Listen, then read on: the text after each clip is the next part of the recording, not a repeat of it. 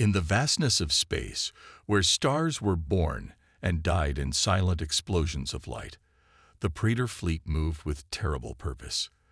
Their ships resembled living creatures more than vessels, with hulls that shimmered with colors beyond human comprehension. For thousands of years, they had ruled the galaxy with technology so advanced that most species worshipped them as divine beings. On Earth's primary orbital station, Commander James Reed stared at the holographic display with growing dread. The Praetor ships had entered the solar system, bypassing all outer defense perimeters without triggering a single alarm. They simply appeared, as if the laws of physics bent to their will.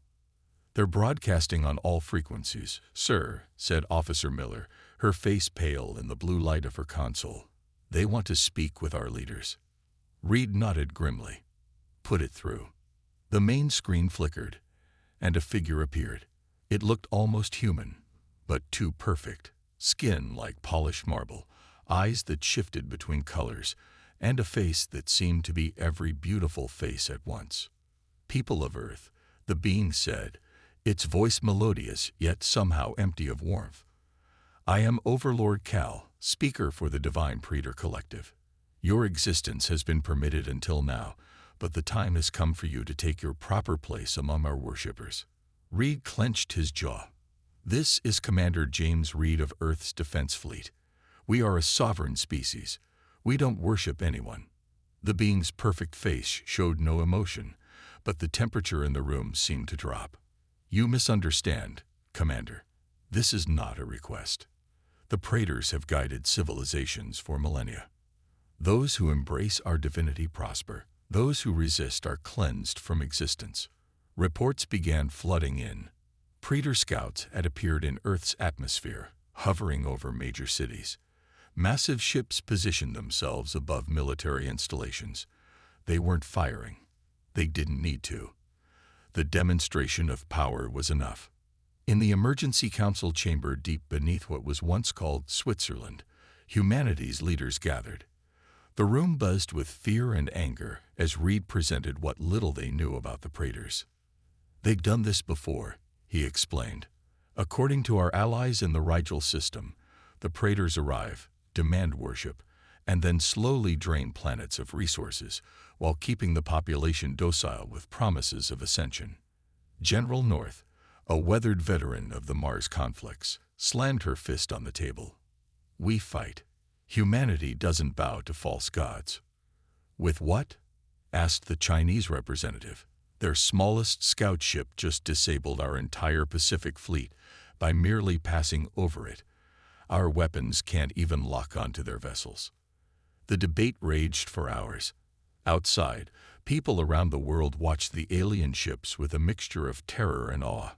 Some had already begun to worship, gathering in crowds beneath the gleaming vessels, offering prayers to their new gods.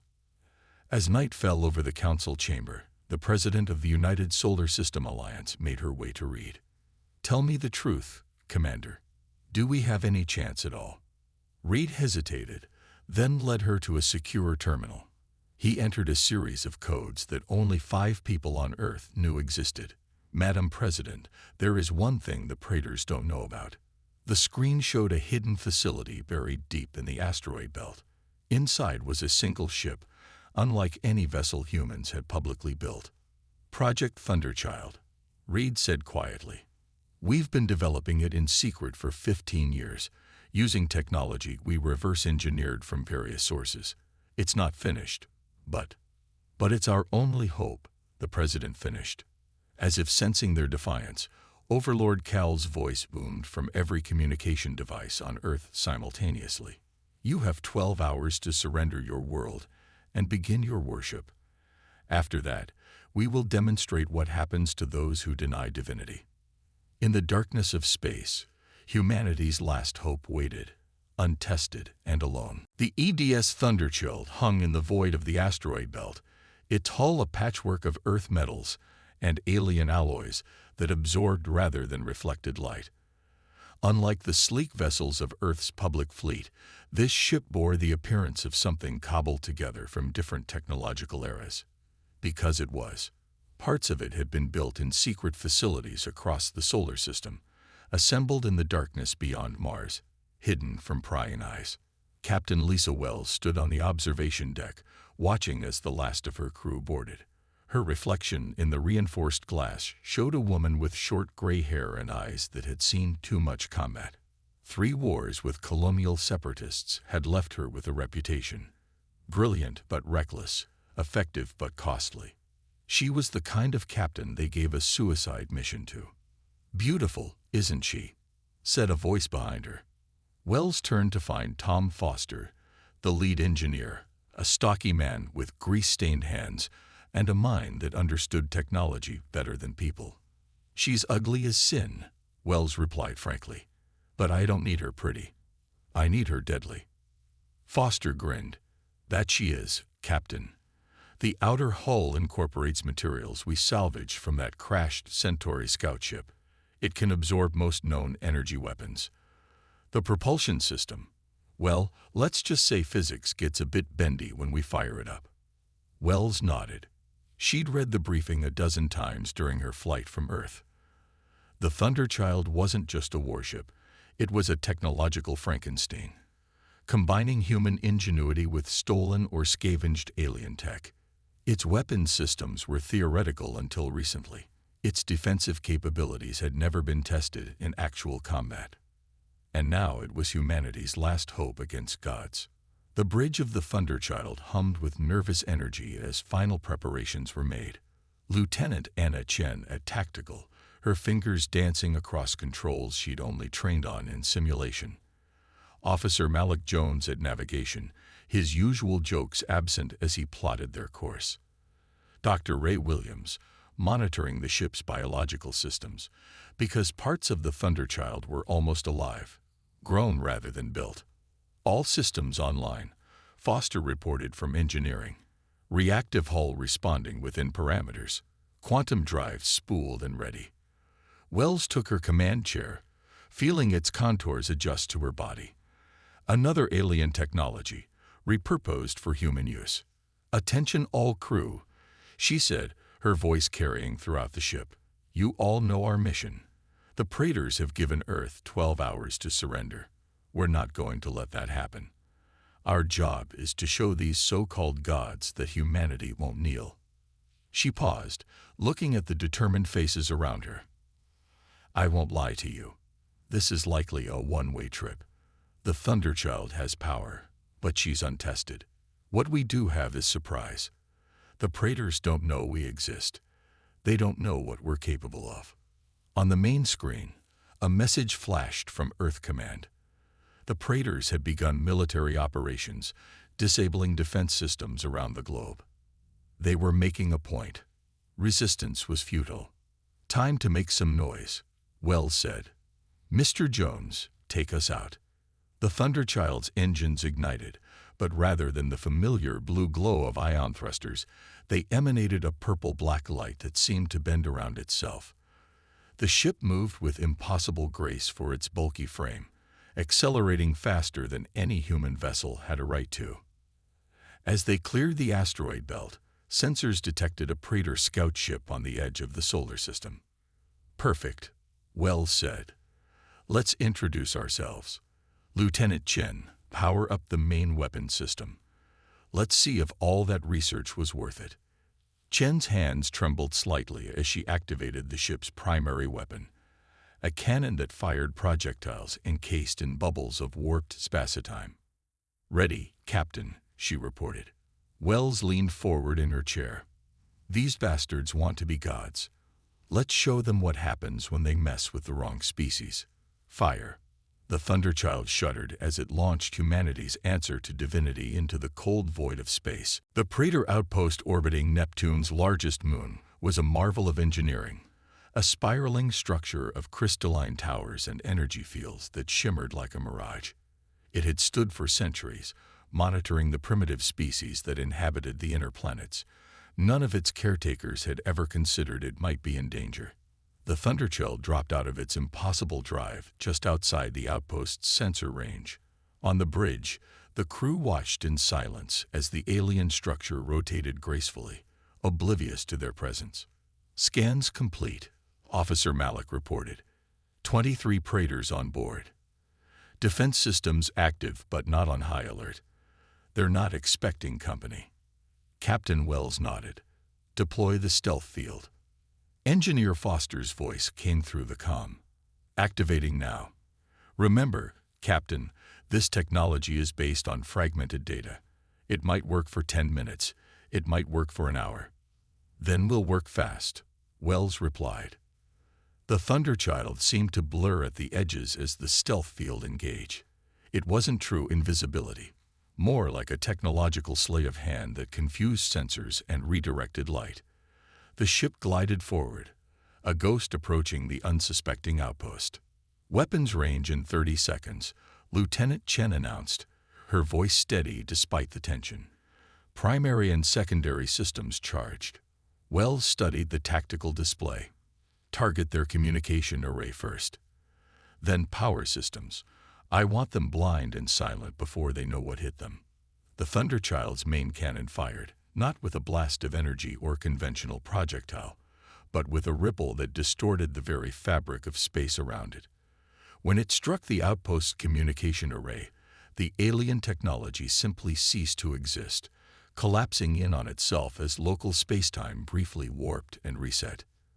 Direct hit, Chen called out. Communication array destroyed. The outpost lights flickered as its systems registered the attack. Defense platforms began to activate, swiveling to locate the threat, but the Thunderchild was already moving, firing its secondary weapons, missiles that carried payloads of controlled gravitational distortion. They're spinning up their main weapon, Malik warned. Some kind of energy projector. Wells grinned. Evasive pattern delta. Let's see how well they track what they can't properly see. The Thunderchild danced between the outpost's energy beams, moving in ways that defied conventional spaceflight. Each near miss taught the ship's adaptive systems more about Praetor targeting algorithms. In engineering, Foster watched data streaming across his monitors. Captain, I'm seeing something interesting in their defensive response. Their shields. They're modulating at specific frequencies to counter our attacks. Can we exploit that? Wells asked, gripping her chair as the ship shuddered from a glancing hit. Foster's fingers flew across his console. Maybe. Their technology seems to operate on predictable patterns. If we can disrupt that pattern. The battle continued for 17 minutes. The Thunderchild struck with precision, avoiding the increasingly desperate counterattacks. The outpost's beautiful spiral structure began to fragment, pieces drifting into space. They're transmitting. Chen suddenly shouted. Tight beam communication to somewhere deeper in the system. Wells cursed. They got a distress signal out. Time to finish this. Foster, did you find that vulnerability? I think so, the engineer replied. Their shields cycle through 13 distinct patterns. There's a millisecond gap between cycle 12 and 13. If we time our attack perfectly, send the firing solution to tactical, Wells ordered. Chen, aim for their central power core. One shot. Make it count.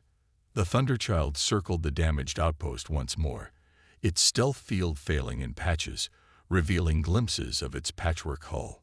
Chen watched her targeting display, waiting for the precise moment Foster had identified. Now, she called, firing the main cannon. The warped space projectile slipped through the momentary gap in the Praetor shields, striking the power core. The reaction was immediate and catastrophic, a silent explosion of light and matter as the alien energy source destabilized. As the Thunderchild accelerated away, the crew watched the outpost collapse into a brilliant cloud of debris.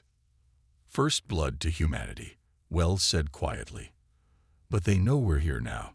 And trust me, they're going to send something a lot worse than an outpost to hunt us down. The Herald's flagship cut through space like a blade of obsidian, trailing wisps of dark energy that distorted starlight. 3 times the size of any vessel in Earth's fleet, it resembled a massive spearhead, its surface rippling with symbols that burned the eye to look upon directly. Smaller Praetor ships flanked it in perfect formation, hunting for the vessel that had dared to strike against divinity. Inside the command chamber, the Herald stood motionless before a viewscreen showing the destroyed outpost. Unlike other Praetors, the Herald's form was encased in armor that seemed to drink in light. Where its face should be, only a reflective mask showed those who looked upon it their own fear-stricken expressions. "The blasphemers will be found," it stated, its voice resonating through the chamber without seeming to come from any particular direction. "All who defy the divine shall be cleansed." Meanwhile, the Thunderchild limped through the rings of Saturn, using the ice and rock debris as cover. The battle had cost them hull breaches on 2 decks, the stealth system failing, and power fluctuations throughout the ship. In engineering, Foster worked frantically to reroute systems while medical personnel treated the wounded. The ship's temporary refuge wouldn't last long against Praetor scanning technology. On the bridge, Captain Wells studied the tactical display showing multiple Praetor vessels spreading through the solar system. "They're searching in a standard grid pattern," Malik observed. "But they're thorough. We can't hide here forever." "We don't need forever," Wells replied. "Just long enough to make our next move." She tapped her comm. "Foster, status report." "Primary weapons are offline," he responded, his voice trained. "I can get them back, but I need time. The good news is I've been analyzing the data from our encounter. These Praetors aren't as godlike as they want us to believe. Their tech has patterns, weaknesses." A proximity alert blared. A Praetor scout ship was approaching Saturn, its sensors sweeping the rings. "All stop," Wells ordered. "Power down everything but life support. Maybe we can play dead." The Thunderchild went dark, drifting silently among the ice fragments. Minutes stretched as the crew held their breath. The scout ship passed overhead, its scanning beams brushing over them. For a moment, it seemed they might remain undetected. Then the scout suddenly changed course, circling back. "They found us," Chen said, her fingers already moving to tactical systems. "Weapons hot." "No," Wells countered. "We run." "Malik, plot a course through the densest part of the rings, then full burn toward Titan. We'll use the moon's atmosphere for cover." The Thunderchild's engines flared to life as the Praetor scout opened fire. Energy beams sliced through Saturn's rings, vaporizing ice chunks and narrowly missing the human vessel as it accelerated away. "More ships incoming," Chen reported. 3 cruisers, approaching from different vectors. Wells gripped her command chair. "Foster, I need that drive system at full capacity." "Working on it," he shouted back over the sound of sparking systems. The chase through Saturn's rings became a deadly game of cat and mouse. The Thunderchild dove through gaps barely wide enough to accommodate its bulk, while Praetor energy weapons turned ice to steam behind it. Each maneuver bought them seconds, nothing more. As they cleared the rings, the full might of the Praetor hunting party revealed itself. A dozen ships, including the massive Herald flagship, converging on their position. "We're surrounded," Malik said grimly. Wells stared at the tactical display, her mind racing through options, each worse than the last. Then she saw it, a region of space just beyond Titan, where radiation levels spiked oddly. "There," she pointed. "What's causing that disturbance?" "Looks like a nebula fragment," Chen replied. "Highly charged particles, extreme gravitational variations. Our sensors can barely penetrate it." Neither can theirs, Wells realized. Malik set course directly for that nebula. "Foster, give us everything the engines have left." The Thunderchild changed direction abruptly, accelerating toward the strange spatial anomaly. Praetor ships adjusted to intercept, their weapons charging. "They'll cut us off before we reach it," Chen warned. Wells nodded grimly. "Then we give them something else to think about. Arm all remaining missiles. Target the Herald's flagship." "That's suicide," Malik protested. "That's distraction," Wells corrected. "Sometimes to win the game, you have to sacrifice a piece." The Thunderchild fired its entire remaining missile complement at the Herald's vessel. Then, as the Praetors focused on the incoming threat, the human ship made its desperate dive into the churning chaos of the nebula. The nebula embraced the Thunderchild like a shroud, its swirling gases and energy fields hiding the battered warship from Praetor sensors. For 3 days, the crew worked in shifts, repairing what they could of the damaged systems. The eerie glow of the nebula filtered through viewports, casting everyone in sickly green light that made them look like ghosts. Captain Wells hadn't slept in 36 hours.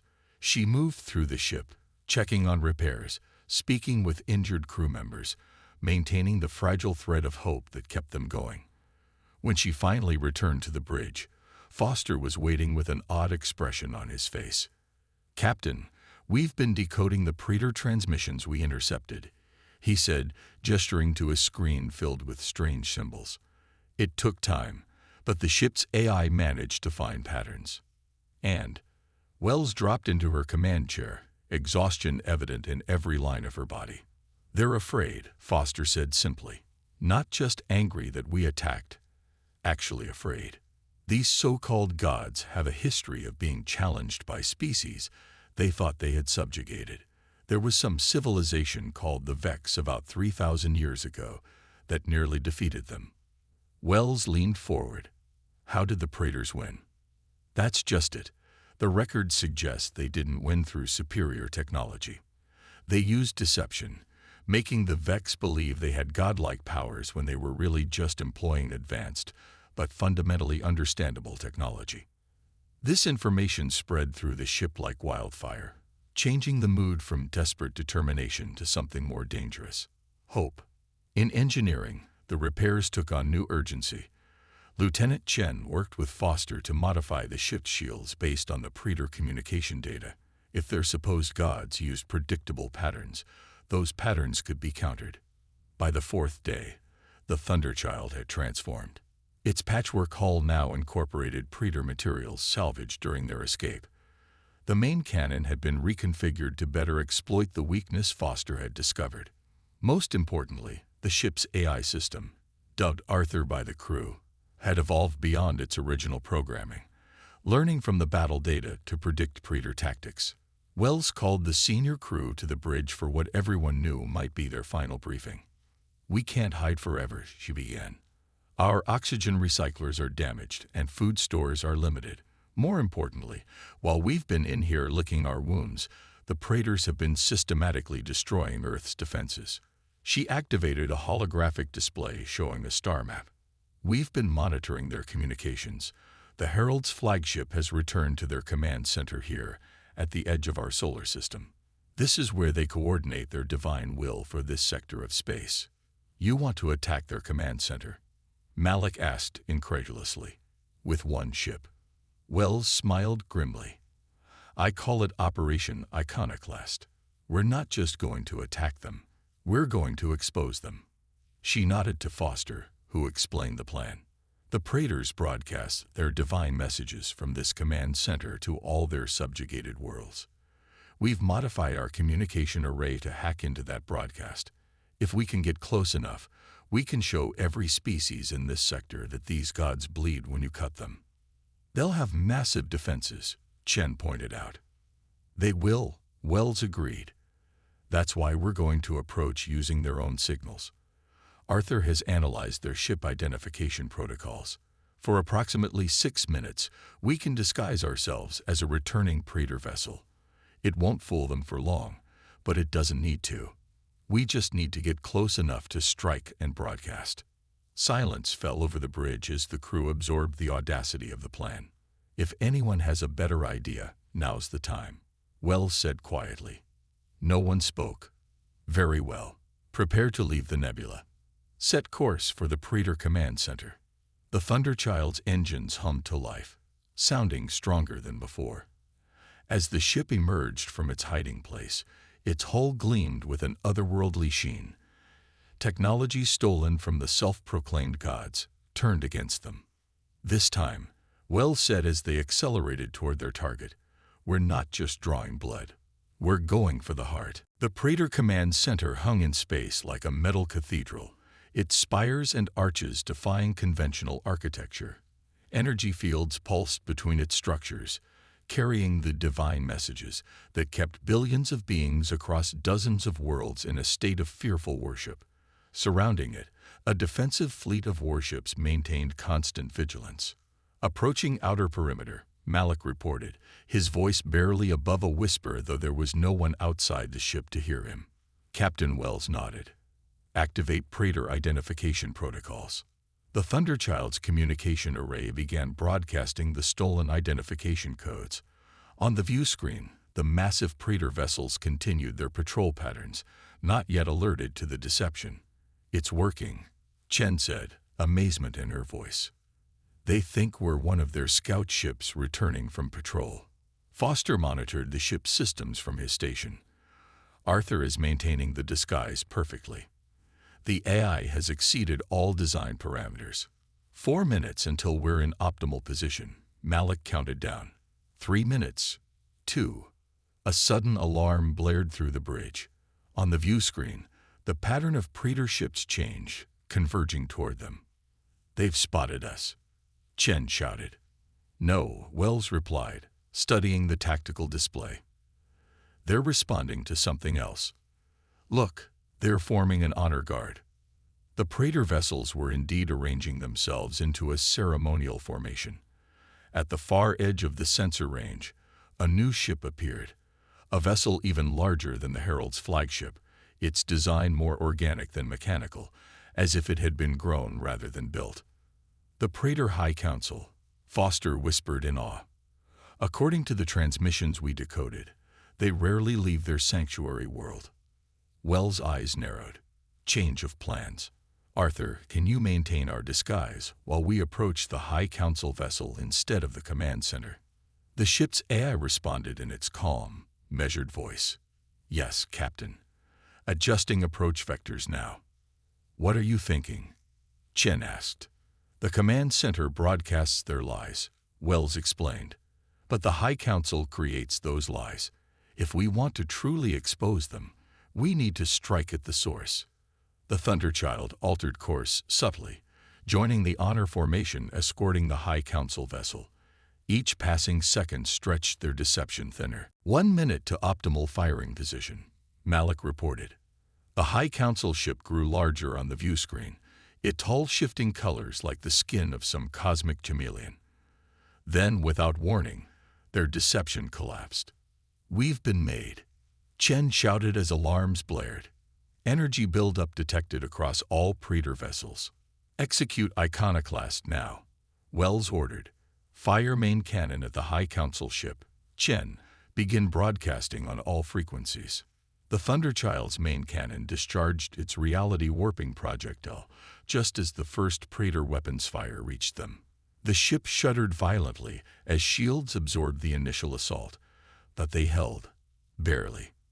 On the High Council vessel, the spatial distortion from the Thunderchild's attack created a massive breach in the hull.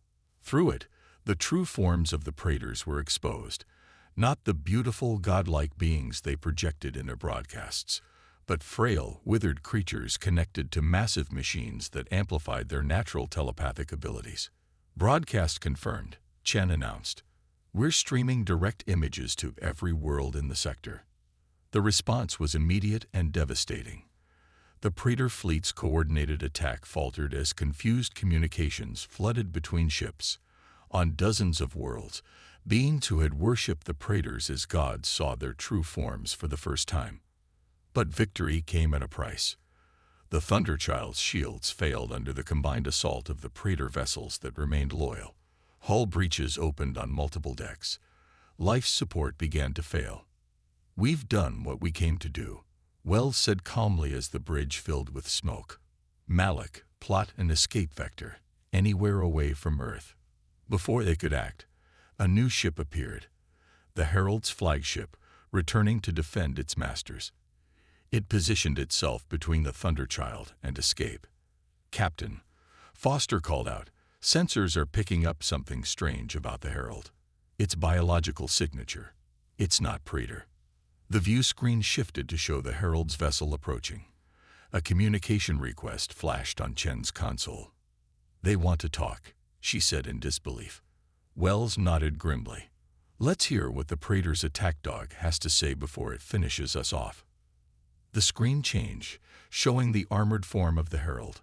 Slowly, it reached up and removed its reflective mask, revealing a face that stunned the bridge crew into silence. "Impossible," Wells whispered as she stared at features that were unmistakably human. The face behind the Herald's mask belonged to a man with weathered features and eyes that had witnessed centuries. When he spoke, his voice carried none of the artificial resonance of the Praetor communications. "I was born on Earth, Captain," he said simply, "in what you would call the year 2157. My name was Admiral Robert Davis of the 1st Explorer Fleet." Silence gripped the Thunderchild's bridge. Through the view screen, they could see chaos unfolding across the Praetor fleet as the revelation of their true nature spread. "That's impossible," Wells finally managed. "The 1st Explorer Fleet disappeared over 300 years ago." The Herald, Davis, nodded. "We encountered the Praetors in the Epsilon sector. They didn't destroy us. They collected us, studied us, and they feared what they found." His image flickered as another explosion rocked the Thunderchild. Foster reported from his damaged console that life support was failing on decks 3 through 7. "Humans adapt," Davis continued. "We learn, we innovate in ways the Praetors never could. They've been stagnant for millennia, using fear and illusion to rule. When they studied us, they realized humanity would eventually surpass them. So they made me their herald, their weapon against other emerging species, all to prepare for the day they would need to destroy Earth." Wells leaned forward despite the smoke filling the bridge. "If you're human, why help them?" "To buy time," Davis replied. "To learn their weaknesses, and to wait for the day humans would build something like your ship. Now listen carefully. Your broadcast has triggered rebellions across 27 worlds. The Praetor control is breaking, but their final protocol is extinction. They're redirecting all remaining ships to Earth." Another explosion shook the Thunderchild. Hull integrity warnings flashed across every screen. "We're finished," Chen said, covering a wound on her forehead. "We can't stop their fleet." "No," Davis agreed. "But I can." He turned to speak to someone off-screen. When he faced them again, his expression had changed from resignation to determination. "My crew and I have waited centuries for this moment. We've modified the Herald's flagship from the inside. The weapons systems, the drive core, all changed without the Praetor's knowledge." Wells understood immediately. "You're going to attack their fleet." Davis nodded. "We'll give you a corridor to escape. My navigation officer is transmitting coordinates now. There's a resistance force gathering at these locations, species who've suspected the truth about the Praetors for generations." The transmission quality degraded as weapons fire intensified around both ships. "There's something else you should know, Captain," Davis said, his image breaking up. "The Thunderchild isn't unique. There are other humans out here, colonies that escaped the Praetor notice, research outposts that went dark deliberately. Find them. Unite them." The transmission ended as the Herald's flagship suddenly changed course, accelerating toward the heart of the Praetor fleet. Its weapons, far more powerful than anyone had suspected, began tearing through the ships surrounding the damaged High Council vessel. "He's giving us a way out," Malik said, already plotting the course to the transmitted coordinates. The Thunderchild limped away from the battle, its engines struggling to maintain power. Behind them, the Herald's flagship rammed into the High Council vessel. The resulting explosion consumed dozens of Praetor ships in a sphere of blinding energy. 3 weeks later, the battered Thunderchild arrived at the coordinates Davis had provided. They found not a resistance base, but a fleet, ships from a dozen different species, all former subjects of the Praetor Dominion. Among them, to the crew's astonishment, were 3 vessels of unmistakably human design. As the Thunderchild was guided into a massive space dock for repairs, Wells stood at the observation window, watching the bustling activity of beings who had only recently thrown off the yoke of false gods. "We didn't just win a battle," she said to Foster, who stood beside her. "We started a revolution." In the distance, ships from former Predator worlds were organizing into defensive formations.